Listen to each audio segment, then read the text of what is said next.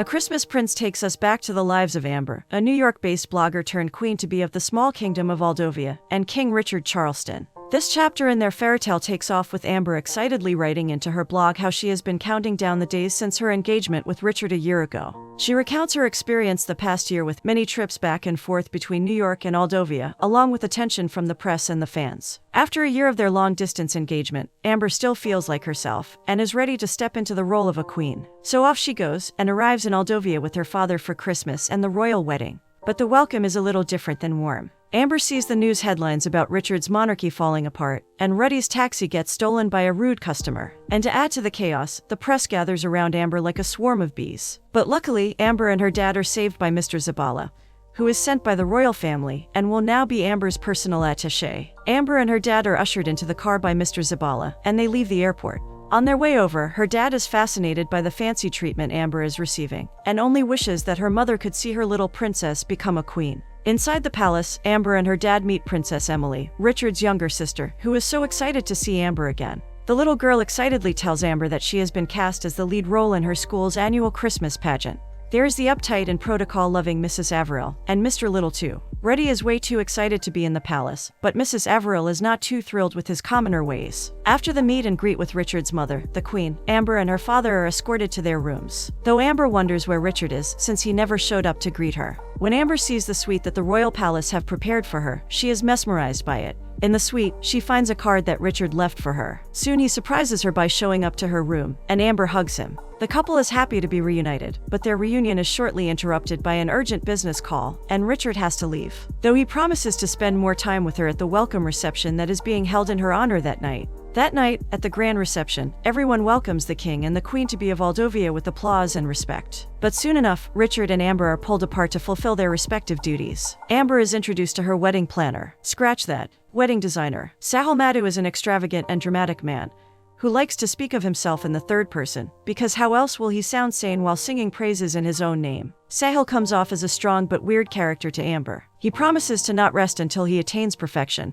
and this makes Amber a little wary. Mrs. Averill has been promoted to the head of the Palace Office of Press and Protocol, and in that capacity, she wishes to have a word with Amber regarding the buzz Amber has managed to create over the past year. Mrs. Averill is not too happy with the carefree attitude Amber adopted with the press and her blogs and magazines. She wishes to keep a check on Amber's postings, not wanting her to violate any of the palace protocols and maintain the image of the crown. Among all this madness, Richard and Amber manage to steal a few quiet moments for themselves. Amber expresses her concern to him. She is worried about how she's going to manage everything as a queen, when she can barely do it now. Richard assures her that he knows she will do right by the kingdom, and hopes that she can start by choosing the perfect Christmas tree for the palace courtyard. Amber recalls how, when she was little, her parents would take her to buy the perfect Christmas tree together, and asks Richard if they could do the same. Richard agrees, however. Tomorrow he has a speech to make. Turns out his initiative to bring Moldova into the 21st century by establishing more schools and investing in businesses is not working out so well. Apparently the country is bleeding out money, and nobody can tell the king why that is. This makes Amber worried, and she wonders if she can do anything to help. But Richard thinks she will have her plate full with the wedding preparations. The next morning, Amber is surprised when Sahil wakes her up to get on with the wedding preparations. He puts on a whole presentation with flashy ideas, including a Bulgarian orchestra and South African wildflowers, and many more things Amber has a hard time wrapping her head around.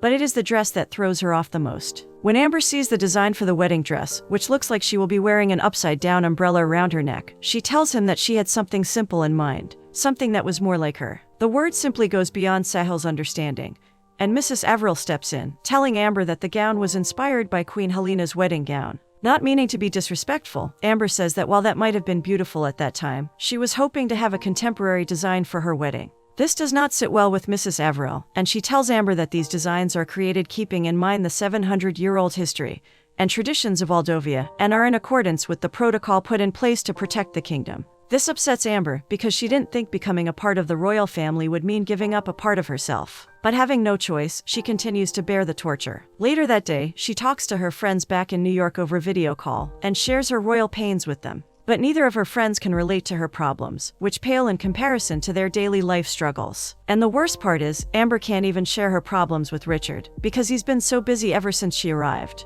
All she wishes for is for her friends to quickly come to Aldovia. Meanwhile, Richard is not having a good time himself. Between the economic crisis befalling Aldovia and the royal wedding, Richard is having a hard time gaining the trust of his countrymen. They boo at his speech and shout out slurs at the monarch for deceiving them with their well-versed speeches. In the midst of the crowd, a familiar face emerges, hiding behind the bad-mouthing civilians. When Amber sees this, she can't understand why Richard's plan isn't working. She suggests she can help him understand the problem better, since she has some experience managing books at her dad's diner, but Richard does not think her diner learnings could compare to managing a kingdom. Mrs. Averill, who is eavesdropping on their conversation, steps in before Amber can say more, and praises Richard for following the right protocol during his speech. Meanwhile, Reddy finds his way to the kitchen, thanks to a little help from Princess Emily, and finally meets with the royal chef. The woman seems uptight and rude in the first meeting, and when Reddy offers to help on account of him also being a chef at his own diner back in New York, the woman belittles his experience and assigns him the duty of washing the dishes. Later on, Richard shares his grievances with his mother, who tries to comfort him. Richard feels uneasy, thinking that maybe he is failing his father's legacy, but the queen assures him that economic hardships befall every kingdom, and that he will get through this. She worries that maybe this stress, along with the wedding preparations, is getting to Amber as well. This angers Richard, because he hates how all his conversations get reported to his mother by her in-house spy, Mrs. Averill. The queen calms him down, and then informs him that she has called for his father's advisor, Lord Leopold, to come back from Monaco to help them through these tiring times, and Richard could not be more thankful for that. At night, the members of the royal family gather for hot cocoa and tea. Richard apologizes to Amber for his behavior earlier that day, and blames his lack of enthusiasm on the stress he has been under lately. Amber forgives him, and only says that she would like to help him better. He is about to give her the good news about Lord Leopold when Emily interrupts their conversation with an important announcement. She declares that the people of Aldovia demand a magnificent royal Christmas tree to make them proud, and as the king, she implores her brother to rectify this situation. Richard agrees to it, saying that this is the sort of situation where a king greatly benefits from having a queen by his side, and promises to rectify this situation at the earliest. With that issue aside, there is a guest at the royal palace, and no one is happy to see the man who enters the room, Simon, Richard's cousin, who tried to steal the crown from him last year. Simon pleads guilty to his crimes and begs for mercy from the family, but no one forgives him. No one likes him, and can make out from the evil look on his face that he is up to no good. Simon claims to have no ill intentions this time, and tells the sob story of how, after the family kicked him out last Christmas, his wife divorced him and took all his money. He says he is only here to apologize and wish the family a Merry Christmas. He is about to leave when Richard stops him, just as Simon expected. Though the man does not trust him one bit, Richard can't just send him away, since Simon is his cousin after all. Amber is cornered the next day at the dress fitting, as she feels pressured to go along with whatever is being thrown at her. She hates the dress, despite Sahil's and Mrs. Averill's extra enthusiasm. The veil does not work for her either, and nor do the shoes. Amber feels trapped in her own body, but there is no out for her. She shares her concerns with her father over a plate of sandwiches, telling the man that her wedding doesn't feel like it's hers at all. The man offers to straighten things out for her if she wants, but Amber has got this. She just wants to celebrate her wedding with the people she loves, and misses her mother at such a time. Reddy also gets emotional, thinking about how happy his wife would have been to see Amber getting married. He then gives Amber a gift he has reserved for her wedding day. It is a pendant with her mother's picture inside it, and Amber loves it so much. Later, Amber helps Emily with her dress for the Christmas function at her school. Emily then tells her the story of the play of which she will be the main lead. The story is about how Santa got his magic. When her story ends, Amber finds out that there is a boy in the play who Emily is crushing really hard on. Amber teases the girl about it, and Emily can't help but blush like a ripe cherry. Later that day, Richard surprises Amber by arriving on a horse to take her Christmas tree shopping. Amber's happiness shoots through the roof just to see the man's affection for her and his regard for her wishes. They are just about to leave when Richard is stopped and called into work again. The unions have called for a strike in solidarity over unpaid wages on the palace's work programs. Since the matter is urgent, Richard can't say no, and apologetically postpones his outing with Amber. Seeing Amber's dejected face, Emily invites her to join her for the rehearsals that afternoon, and Amber readily agrees. At the rehearsals, Amber is watching the crushing teenagers goofily enacting their scenes when suddenly, the lights go off. Later, Amber finds out that the theater workers also went on a strike, and Emily's performance is now cancelled. The young girl is distraught and heartbroken. Meanwhile, the queen is happy about Leopold's return to the kingdom. Richard, on the other hand, is upset by how out of control things have gotten under his command. He fears his people will never trust him if he can't solve this situation soon. Amber tries to comfort him, but to no avail. That is when Simon arrives with a plan of his own, telling Richard about his solution to Aldovia's financial crisis, but Richard doesn't trust the man at all. In his conversation with Lord Leopold, Richard is assured by the man that all he needs to do is stay the course, and things will start looking up again. Amber gives her 2 cents, thinking that despite the measures the palace is taking, the country is still losing money, and that they should take proactive steps to look into this problem. Leopold assures everyone that things will work out, and all they need to do is keep patience. Richard feels much at ease now that his father's advisor has given him some confidence, and they toast to Lord Leopold that evening. But Simon is wary of the guy and tries to discern what plans Leopold has to inverse the kingdom's accounts. However, no one believes him and only thinks of him as being jealous. Soon it starts to snow, and Richard tells Amber how that is considered a good sign in Aldovia. He is sure their luck is going to shine soon. But little Emily is feeling sad about her performance getting cancelled. Seeing this, Amber devises a plan with Mr. Zabala. The next day, Richard finally takes his queen to be Christmas tree hunting. It takes a long time, but even with Richard's imperfect skills and Amber's unlimited patience for his lack of tree knowledge, they finally find the perfect tree for the palace. When the duo returns, the whole family, along with the queen, go sledding on the ice. They have a blast of a time. Back home, Simon tries to spy on Leopold's work, but the man catches him red-handed. Simon claims that he smells something fishy about Leopold, which is a mutual sentiment. It turns out, since Leopold is also not convinced by Simon's act, Emily senses that the day in the snow was Amber's attempt to cheer her up so that she does not feel bad about her performance getting cancelled. But Amber has an even bigger surprise for the girl. With the help of her partner in crime, Mr. Zabala, Amber managed to bring the theater to the palace and arranged for Emily's performance. This gesture touches Emily deeply. The kids put on a performance, and all the parents enjoy it. Emily finally gets to kiss her crush, and their performance gets a standing ovation. Later on, Reddy takes the kids to the kitchen, and they all have a wonderful time decorating Christmas cookies. Amber sees the joy on Emily's face as she sits with her crush, and the two giggle away. Amber takes pictures of the joyful moment for her blog. Soon Amber's blog goes viral, and her friends call her up to congratulate her for it, though they are confused as to why Amber removed the pictures from her blog so suddenly. This confuses Amber as well, because she did not do anything of the sort. Turns out it was Mrs. Everill who took it upon herself to rectify the royal image by taking those pictures down. Amber confronts the lady, feeling deeply offended and hurt that her voice is being subdued like that.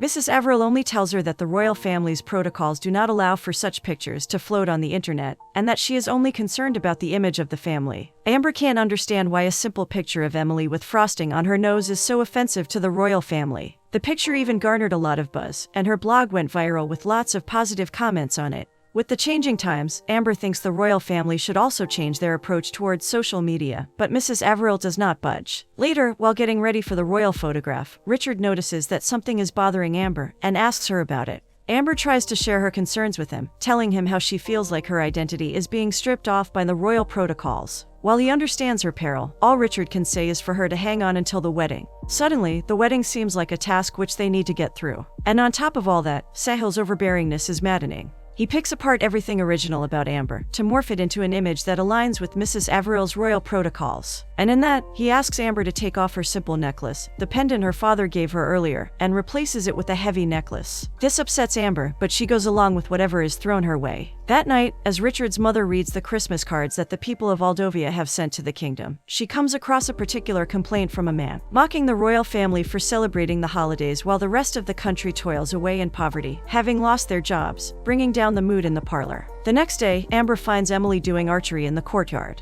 She wonders how Emily is such a perfect shot, and the girl tells her that it is a simple trick. Just focus on what is important in front of you, and forget about the rest. This resonates with Amber on a deeper level, as her journalistic instinct tells her there is something fishy going on with the country's sudden economic crisis. Just then, Amber's friends Andy and Melissa arrive, and Amber greets them with a dangerous royal welcome. After introductions with Emily, Amber shows them around the palace, and they meet Richard again, who is just out on his way to another work meeting. He feels sad that he will not be joining Amber and her friends to have fun, but promises to make up for it. Amber tells her friends about the fishy business going on in Aldovia, and that she has a hunch she needs to follow. Meanwhile, Simon overhears their talk about Amber's investigative mission. Amber and her friends sneak around the palace and hide from Mrs. Everill's detective eyes, finally finding the card in the parlor, which leads Amber to the man who wrote that scornful card earlier. Under the pretense of having a bachelorette party, the trio escapes the palace to find one Mr. Mason. They end up at a bar where Mr. Mason has been spending his time ever since he lost his job.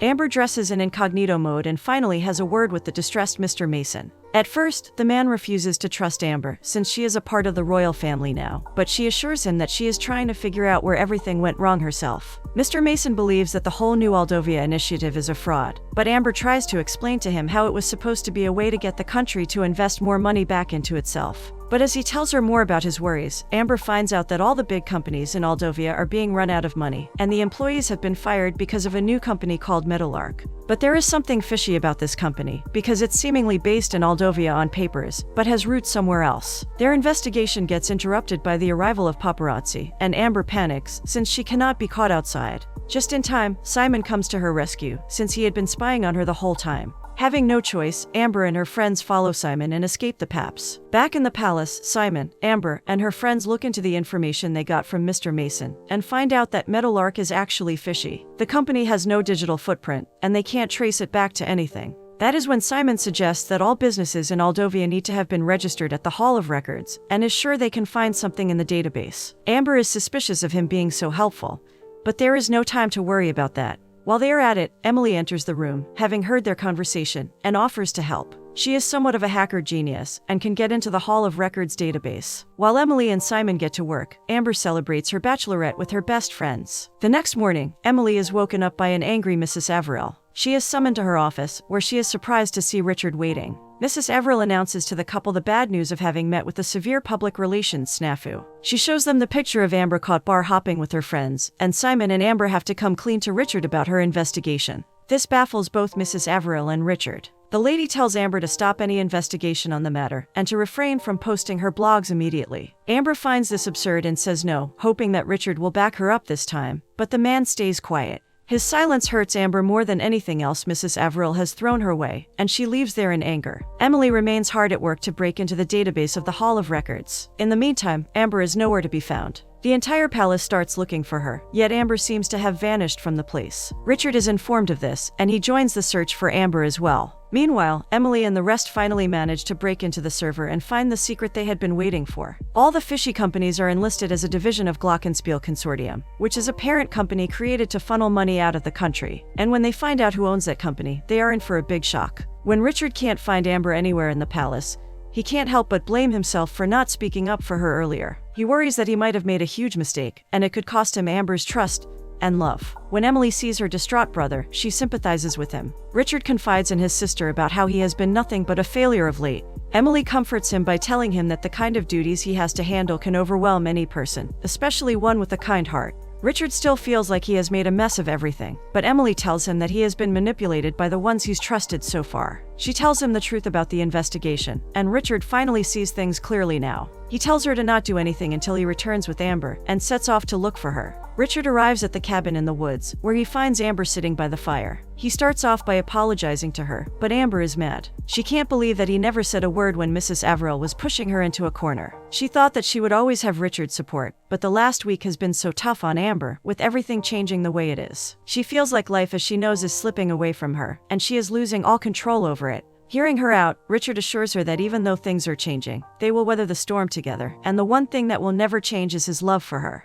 The two resolve their differences and get back to the palace to expose the traitor in their midst. When the queen sees Amber is back, she is happy and relieved. But something is definitely wrong. Amber and Richard are supported by their friends as Richard tells his mother that there are going to be some changes to the wedding plans and protocols, right down to the gown. This gives poor Sahil a mini heart attack. Amber tells her that she understands that the royal protocols are to be followed, and everything needs to be done a certain way, but this is her wedding, and she also wants it to feel like it is. So she takes a stand, demanding that things be done according to her and Richard's wishes. And so, she announces that she is going to choose her own gown, her own shoes, and the menu will be prepared by her dad. Mrs. Averill tries to interfere with her opinions, but the queen accepts all of Amber's wishes and believes that it was long overdue. She got so caught up in the protocols and the wedding preparations that she turned a blind eye to Amber's concerns. Richard also warns Mrs. Averill to respect Amber's wishes for the wedding and her life, protocol be damned. To this, Lord Leopold raises a toast agreeing to the modernization, so long as the late king's memory is respected. But Richard shuts the old croon up, shocking his mother. And that is when he reveals the truth about Leopold posing a threat to the monarchy. He holds him accountable for draining the country of all its money, and for being responsible for the failure of the new Moldovan initiative. Having nothing to say in his defense, Leopold tells him that his army of lawyers will deal with that slander, and attempts to leave, when Amber stops him with an arrow pointed right at him. Emily attests to Amber's deadly skills, leaving Leopold flustered. The make-believe royal investigators then reveal to him that they know about Glockenspiel Consortium, and show the proof of it to the Queen. Shocked by the betrayal, the Queen orders Lord Leopold to be banished to the dungeon. The next day, Richard addresses the nation, telling them about the corruption responsible for the hardships the people of Moldovia have faced. He promises that it has been rectified, and that the funds have been recovered, and everyone will now be paid, along with Christmas bonuses. The country rejoices, and the palace celebrates Christmas by lighting up the royal Christmas tree. And with all the happiness, the wedding day and Amber's coronation arrive. Amber and Richard get married, just as Amber had always wanted. The two exchange rings and are married in front of the royal attendees. Then, Amber is crowned as the queen, and all is well and happy in the kingdom. They celebrate the royal reception and dance and start their happily ever after.